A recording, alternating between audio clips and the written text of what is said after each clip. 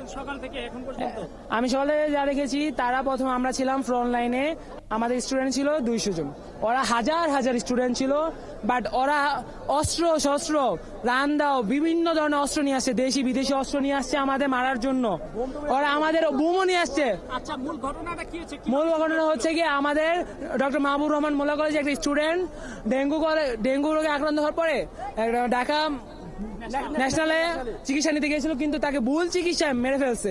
তারপরে আমাদের স্টুডেন্টরা তাকে 25টা কলেজ তাকে আন্দোলন করতে গেছে, বাট সরোয়ার্দী কলেজ আমাদের ওরা টাকা খাইয়া আমাদের বিরুদ্ধে চলে গেল, আমাদের কিছু পোলাপানকে মাইরা ও মাথাটা ফাটাই ফেলছে ওই সময়। পরে আমরা 2 দিন মারার পর আমরা কিছু বলি নাই, পরে ওরা আবার আসছে ইয়ার সামনে, পরে আমরা ওদের কলেজের সামনে যাওয়ার পরে ওদের পরীক্ষা চলতেছে, বাট ওরা কলেজের ভিতর থেকে আমাদের ককটেট আর হচ্ছে টিয়ার গ্যাস কিভাবে ছড়ছে কলেজের ভিতর থেকে, ওরা কলেজের ভিতরে গেলে নিয়ে আসতে পারে। আলা বুঝেন সরস্বতী কলেজ কিরকম পর্যায়ে আছে। তারপর আমাদের স্টুডেন্ট খেপা আরো ওরা ভিতরে ঢুকছে, তারপর ওদের সাথে হস্তাহস্তি হয়েছে, কিন্তু বাট কালকে রাতে আবার ওরা আসছিল আমাদের মারার জন্য, বাট ওরা মারতে পারে না, এই জন্য আজকে 7টা কলেজ মিল্লা আমাদের আক্রমণ করতে আসছে।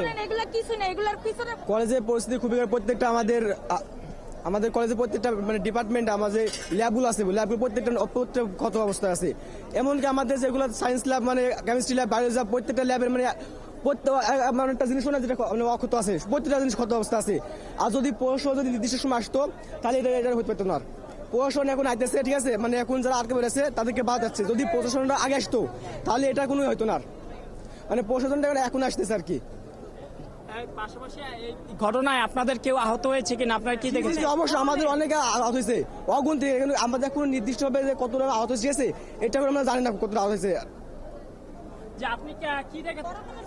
যেমনটা বলছিলেন ওনারা যে এই ঘটনার সূত্র কিন্তু আরো কয়েকদিন আগে মাহবুব রহমান মোল্লা কলেজের একজন শিক্ষার্থী কিন্তু যখন অসুস্থ হয়ে পড়ে, অসুস্থ হওয়ার পর ন্যাশনাল মেডিকেলে যখন চিকিৎসা নিতে যায়, তখন কিন্তু তার উপরে কিন্তু সে কিন্তু বলা যায় যে ওনারা দাবি করেছেন যে ভুল চিকিৎসায় মারা যায়, এবং তারই প্রেক্ষিতে তারা যখন আন্দোলন করে প্রতিবাদ জানাতে যায় তখন তাদের উপর আক্রমণ হয় বলে তারা দাবি করেছেন।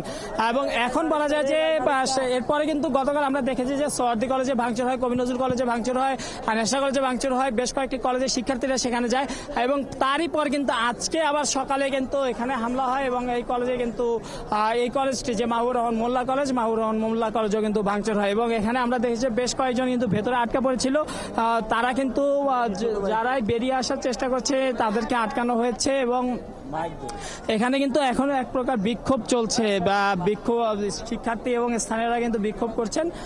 পাশাপাশি তারা যেমনটা বলছিলেন যে তাদের ভেতরে, যে কলেজের ভেতরে ল্যাব থেকে শুরু করে ক্লাসরুম কোনো কিছু বাকি রাখা নেই, সবকিছু ভেঙে চুরমার করে দেওয়া হয়েছে, এবং এখন কিন্তু শিক্ষার্থীরা কিন্তু এখানে অবস্থান নিচ্ছেন, এবং তারা কিন্তু বেশ বিক্ষুব্ধ অবস্থায় রয়েছে,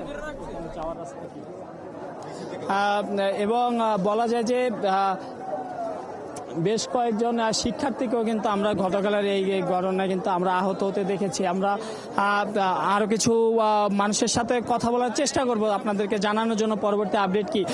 তবে এখন পর্যন্ত কিন্তু এই রাস্তায় কিন্তু আইন শৃঙ্খলা বাহিনী কিন্তু যারা ছিল তাদের কিন্তু আমরা এখন দেখতে পাচ্ছি না। আমরা এই মুহূর্তে শুধু রাস্তায় আমরা দেখতে পাচ্ছি যে অনেকটা যে স্থানীয় মানুষ এবং শিক্ষার্থীরা অবস্থান নিয়েছেন। পাশাপাশি এই রাস্তা কিন্তু এখন কিন্তু যান চলাচল কিন্তু বন্ধ রয়েছে, এবং এই যেহেতু এই রাস্তায় যান চলাচল বন্ধ, হয়তো বিকল্প রাস্তায় এখন যান চলাচল করছে, এবং স্বভাবতই ধারণা করা যায় যেহেতু রাজধানীর একটি রাস্তা বন্ধ থাকলে সকল রাস্তায় দুর্ভোগের সৃষ্টি হয়।